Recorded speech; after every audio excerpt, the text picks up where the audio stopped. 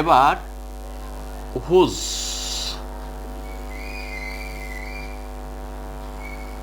Whose হলো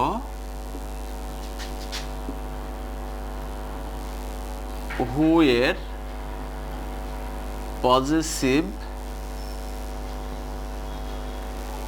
form.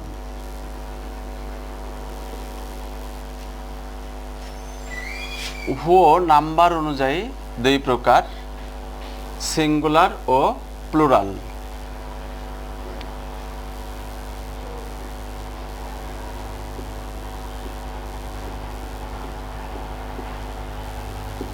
Number অনুযায়ী whose দুই প্রকার, সিঙ্গুলার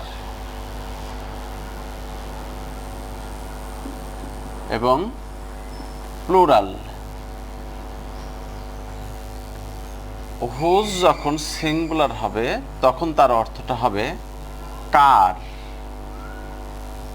আর প্লুরালে যখন ব্যবহৃত হবে তখন তার অর্থ হবে কাদের।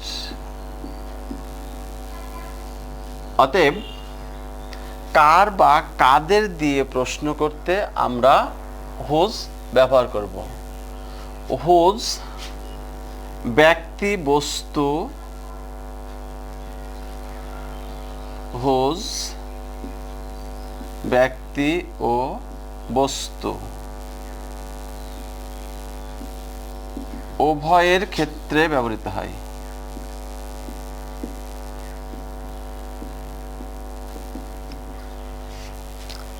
হুজ যেমন সিঙ্গুলার ও প্লুরাল হিসেবে ব্যবহৃত হতে পারে, অনুরূপভাবে ব্যক্তি ও বস্তুর ক্ষেত্রেও ব্যবহৃত হতে পারে। যেমন my father is a teacher, এইখানে দেখো ব্যক্তিবাচক।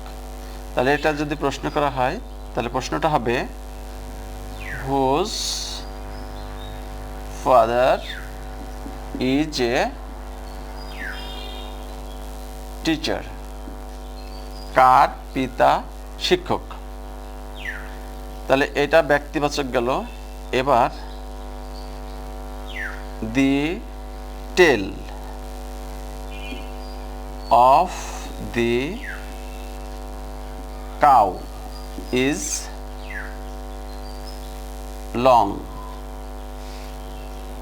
গরুটির লেজ লম্বা। এই যেটা প্রাণী,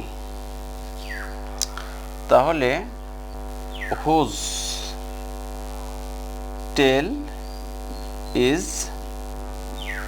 লং, তাহলে প্রাণীর জন্য আমরা হুজ ব্যবহার করতে পারবো। আবার the leg of the chair is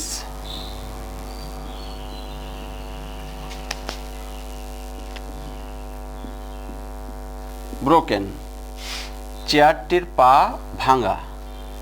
তাহলে প্রশ্নটা হবে হুজ লেগ ইজ ব্রোকেন, কার পা ভাঙা। তাহলে এখানে দেখো বস্তুর পরিবর্তে আমরা হুজ ব্যবহার করেছি। অতএব হুজ ব্যক্তি, বস্তু, প্রাণী সকলের ক্ষেত্রে ব্যবহৃত হতে পারে। এখন আমরা হুজ কখন ব্যবহার করব?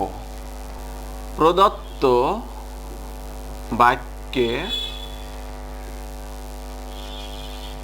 মাই, our, your, his, her, their plus noun থাকলে অথবা প্রপার নাউন এর সাথে অ্যাপোস্ট্রফি এস প্লাস নাউন থাকলে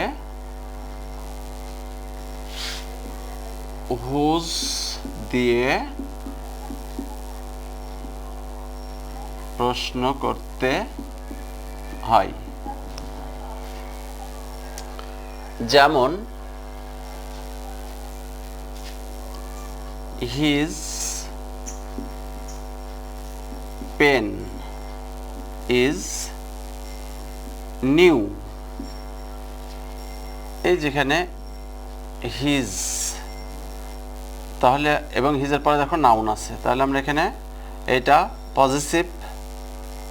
পজিটিভের পরে নাউন থাকলে আমরা হুজ দিয়ে প্রশ্ন করব।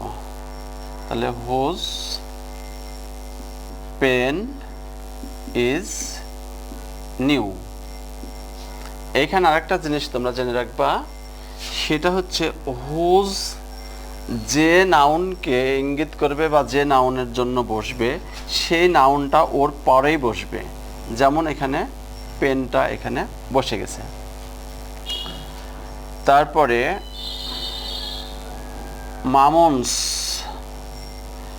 Mamun's father is a doctor. এইখানে দেখো এইগুলি নাই, মাই, আওয়ার, ইয়োর, হিজ, এই পজিটিভ অ্যাডজেক্টিভগুলি নাই, কিন্তু এই যে প্রপার নাউনের সাথে অ্যাপোস্ট্রফি এস আছে, এই রকম থাকলেও আমরা হুজ দিয়ে প্রশ্ন করব। তাহলে এইটার জন্য আসবে হুজ, আর তারপরে যে নাউনটা থাকবে সেটা whose father is a doctor. এইটা তো হুজের ব্যবহার খুবই সহজ। এইগুলি হলো সাবজেক্ট হিসেবে কিন্তু বসছে। হুজ অবজেক্ট হিসেবেও, মানে অবজেক্টের পরিবর্তেও ব্যবহৃত হতে পারে। যেমন হি টুক মাই পেন, এইখানে এটা দেখো অবজেক্ট, এই অবজেক্টের জন্য আমরা হুজ ব্যবহার করতে পারবো। তাহলে whose pen did he take. এইখানে আরেকটা জিনিস লক্ষ্য করো, যখন আমরা সাবজেক্টের জন্য হুজ ব্যবহার করব তখন কিন্তু সাহায্যকারী ভার্ব দরকার নাই, কিন্তু অবজেক্টকে ধরে যখন আমরা প্রশ্ন করব তখন আমাদের সাহায্যকারী ভার্ব বসবে সাবজেক্টের পূর্বে, বা ডাব্লিউএইচ প্লাস নাউনের পরে ওইটা বসবে, সাহায্যকারী ভার্বটা বসবে। আমি আরও ক্লিয়ার করি, এইখানে এটা অবজেক্টের জন্য এটা বসেছে। এবার হিজ পেন রাইটস ওয়েল, তার কলমটি ভালো লেখে, এইখানে subject. Whose pen writes well, এইখানে দেখো সাবজেক্টের জন্য বসেছে, সেই জন্য কোনো সাহায্যকারী ভার্ব বসেনি, অর্থাৎ ওই সাবজেক্টটা উঠাই দেওয়ার পরে ওইখানে আমরা হুজ প্লাস ওই নাউনটা লিখে দিছি, তারপরে বাকি অংশটুকু লিখে দিছি। কিন্তু যখন অবজেক্টকে ধরে প্রশ্ন করব তখন সাহায্যকারী ভার্ব বসবে, অর্থাৎ ডাব্লিউএইচ ওয়ার্ড বা হুজ প্লাস নাউন প্লাস সাহায্যকারী ভার্ব প্লাস সাবজেক্ট প্লাস মূল ভার্ব, এইভাবে বসবে। তো আশা করি তোমরা বুঝতে পেরেছ যে হুজ কিভাবে আমরা ব্যবহার করব। তো আজকে পর্যন্ত, ভিডিওটা ভালো লাগলে অবশ্যই সাবস্ক্রাইব করবা, লাইক দেবা, শেয়ার করবা এবং বেল বাটনে টিক চিহ্ন দেবা। তো খোদা হাফেজ।